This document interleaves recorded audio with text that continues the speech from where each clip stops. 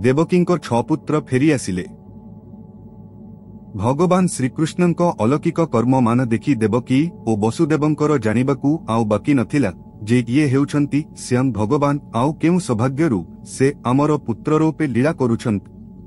देवकी सुनिथिले श्रीकृष्ण बलराम गुरु सांदीपनीଙ୍କ गृहरे विद्यार्थी थिला बेले तांको मृत पुत्र को फेराई आनिथिल। एही कथा को मने मने सुमरी दिने द्रकारे देवकी कृष्ण बलराम को कहिले, तुमे माने जानी नाह, तुम जन्म आगरू कंस मोर 6टी पुत्रं को निष्ठुर भावे हत्या करिछ। मु जाने ना केउ जन्मरे की कर्म करिथिली जन्म देई तांको मुख टिकिए मध्य दर्शन करि पारिली नाही। सेही दिनरू मु खाली छाती को पथर करी रहिछ।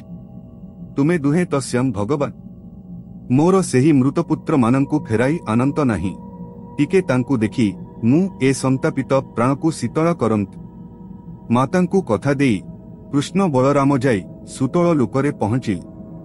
कृष्ण बलरामंको आगमन देखि सुतलर राजा बड़ी अति आनंदरे तांकु पाछोटी नेले ओ परिवार सहित तांको चरण वंदना कल।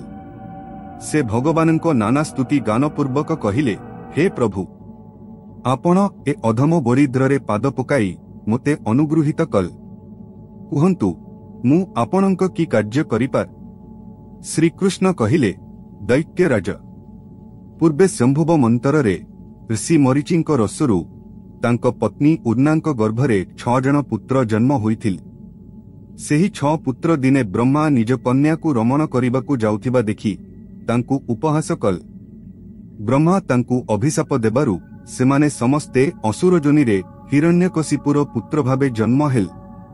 पुणी जोगमाया सेमानंकू सेठारु नेई जाई देवकींक गर्भरे स्थापन कल।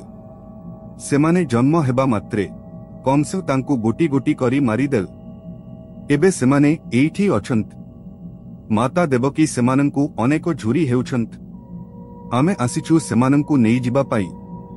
सेमानंकू पाइले मांको शोक दूर हेबो ओ सेमाने सापमुक्त होई देवलोक फेरी जिब। से पुत्र मानंको नाम हेला स्मर, उदगित, परिसरुंग, पतंग, क्षुद्रभूत ओ घृण। भगवानंको कथा सुनी बड़ी पुत्र मानंकू फेराई देल। पुत्र मानंकू संगरे धरी कृष्ण बलराम जाई द्रकारे पहुंचिल। पुत्र मानंकू देखि माता देवकींक हृदय मातृ स्नेहरे पुलकित होई उठिल। तांको स्तनरु क्षीर स्रबिबाकू लागिल। से कोଳରେ बसाई सेमानंक शिर चुंबन करिबाकू लागिल। हरि मायारे मोहित होई से पुत्रंकू स्तन्य पान कराइबाकू लागिल। पूर्वे जेउ स्तनरु स्वयं भगवान अमृत पान करिथिले सेही स्तन पान करी ओ भगवानंक अंग स्पर्श लाभ करी सेही बालक मानंक आत्म साक्षात्कार होई गल।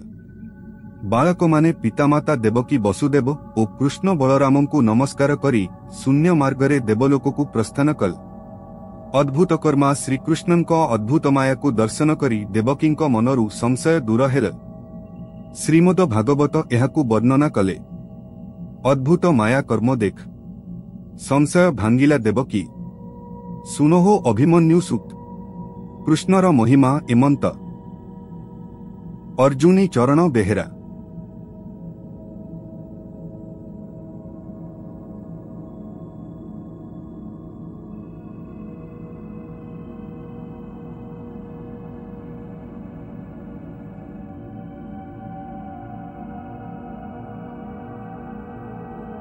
आपना शीर्षक न्यूज रो यूट्यूब चैनल को सब्सक्राइब कलेनी कि जदि करि नाहंती एबे करि नियंतु। एहा सह शीर्षक न्यूज रो फेसबुक पेज को और ट्विटर को लाइक और फॉलो करंतु। जय जगन्नाथ।